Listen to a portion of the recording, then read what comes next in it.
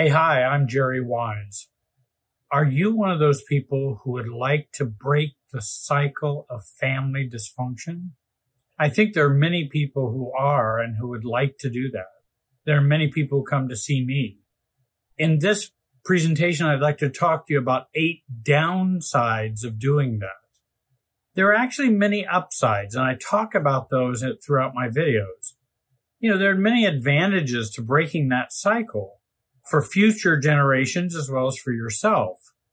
You'll have greater maturity in future generations, healthier relationships, less trauma, more healthy intimacy, less pain, probably less lostness and wandering around, not knowing where to go in children and grandchildren, more self-awareness, better regulation of self, and an increase in self-confidence.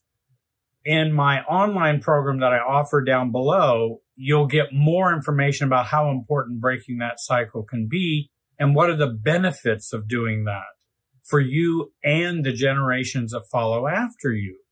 Today, I want to talk about the 8 downsides, because in changing this and breaking this cycle, there are some downsides to that. And I think we need to go into it with our eyes wide open. And I train and help people to do this so they can make changes with fewer disruptions to their own lives, maybe even fewer disruptions and eruptions in their family of origin, maybe less triggering, less anxiety, and still breaking the family dysfunctional cycle. Giving your children and their children a healthy emotional and psychological inheritance is important for many of us. It was for me too. And I've been working on that for my own family and my own child and grandchild. I help those work to strategize about breaking this family cycle. And again, today I want to talk about the downsides of that, because I think we need to be prepared and fortify ourselves about how making healthy changes can operate in your dysfunctional family and how it operates in you. And that we become aware of those things, because we can go about this breaking of the cycle with more awareness, more wisdom, and more information, especially if we can see how we function within the family system, the emotional process of the family, which again, I talk more about in the online program. First of all, challenging the norm to create a new norm for you and for your children may take a while. That doesn't just happen overnight, but there are some things we can do that can begin to challenge that ongoing inheritance that we pass on to our children, and we can block that inheritance. One downside in changing that is that we may not fit in the same way we fit in the past to our family. Now, some of you may say, oh, well, that's great. I don't want to fit in that way. It was horrible. Well, I understand. And we don't want you to fit in that way, in a horrible way. And many of you would have lots of reasons to be able to go ahead and stop that fitting in a negative way. On the other hand, if we fit in, there's usually less resistance. There's usually a little more cooperation. The known misery is there. We at least know what the misery is. Whereas if we start to change it, we can end up with some unknown misery that maybe we weren't expecting, because families are fickle kinds of emotional systems, especially if we reject the roles that we were in for our family and we no longer are going to play those roles, the roles that we were assigned, the troublemaker, the scapegoat, the goody two-shoes, the know-it-all, the golden child, the failure, all those kinds of roles that we have been assigned by dysfunctional families. We first of all want to build support before we start messing with the family. Who will support you when your family doesn't? Because your family is going to become very hypersensitive to you making these changes. And I'm not particularly sure they're going to be all that happy about those changes. So we need to have support that we can rely on. Again, whether a therapist, a coach, 12-step group, a sponsor, whatever we need to do to get support. So as we begin to challenge this ongoing inheritance to break the cycle, we have support for ourselves.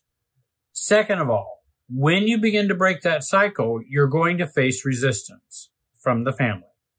And it will be, why are you doing this? Second stage, you need to stop doing this. Third stage, you need to stop this and stop this change or else. And we need to be able to persevere through all three of those stages while staying in place and being ourselves. And so that resistance is very important to know that that's going to happen.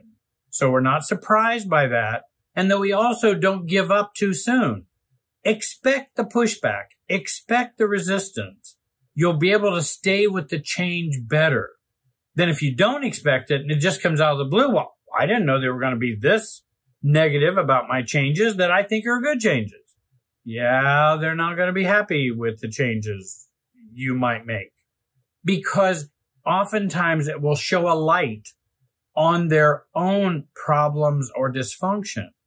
If I'm playing a role, my role keeps them from seeing what they need to see about themselves. That's one of the purposes of roles in families and in dysfunctional families.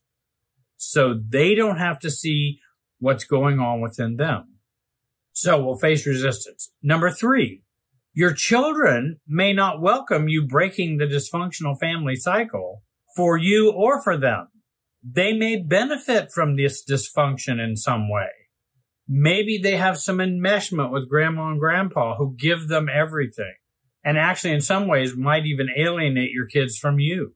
So they may go, wait a minute. I like what I get from grandma and grandpa. I don't want you messing with that. And that they may be allowed to do many things given the old way the family operated. And in the new way, there may be some restrictions on how they get to behave or act in a more mature way.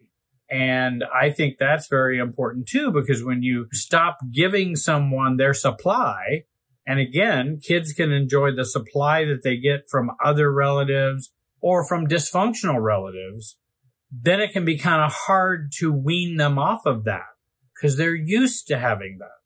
Number 4, dysfunctional families often do not like change because there's lots of anxiety and triggering that will occur. And I think that's very common.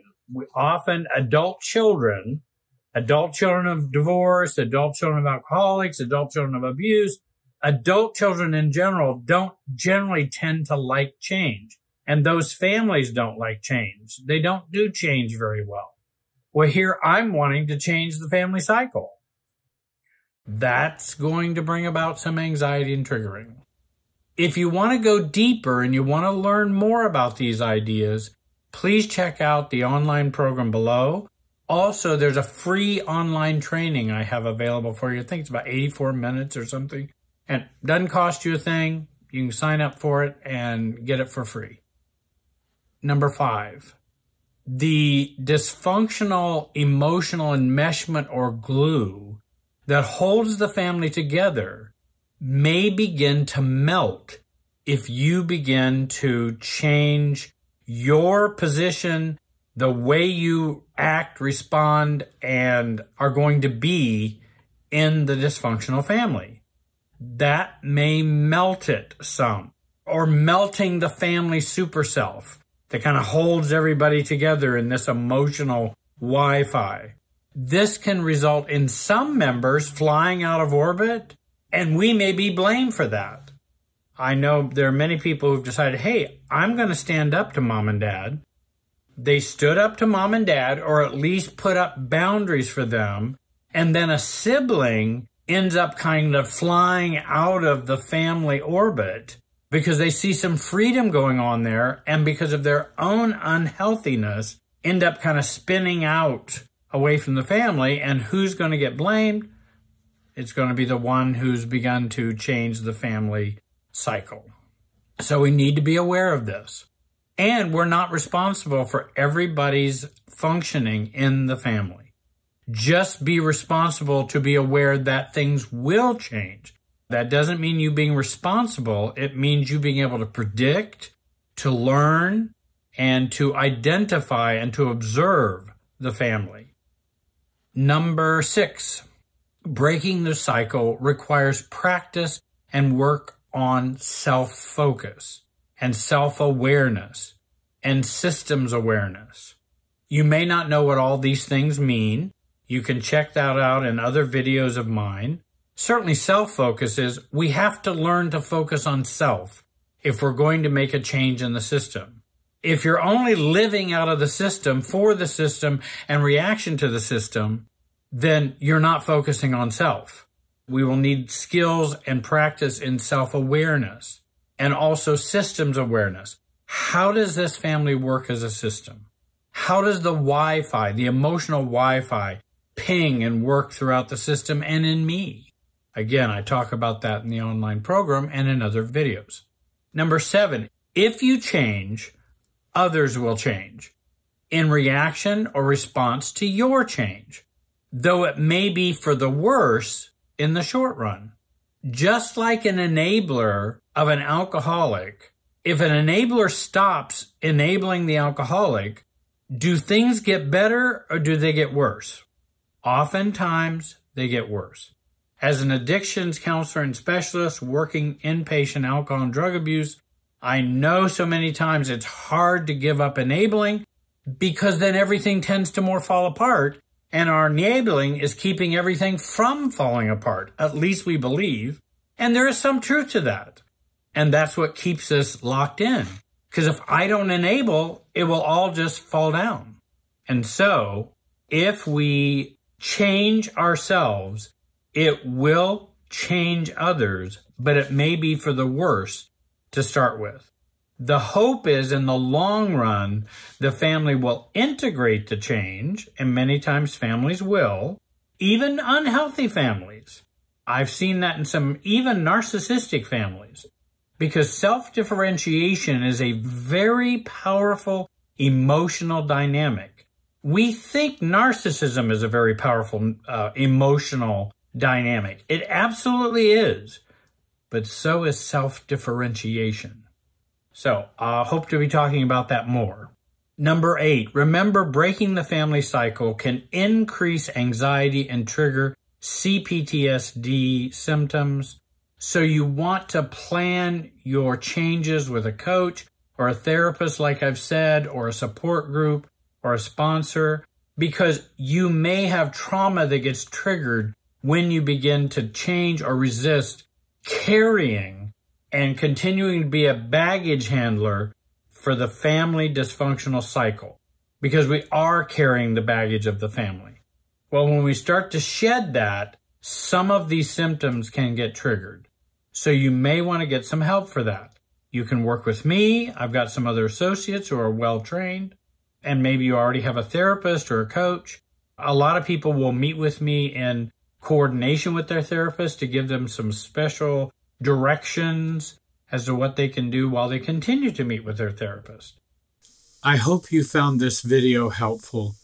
I want to introduce you to my new step-by-step program designed to help you break free from the toxic relationship dynamics in your family, to heal your relationships, and build the real self you were never allowed to have. I personally wish I would have had access to a program like this early in my own journey. This program is an investment in yourself, your relationships, your healing, and your life. To learn more about the program, click on the program link below provided in the description. I truly believe it will have a profound effect on your life.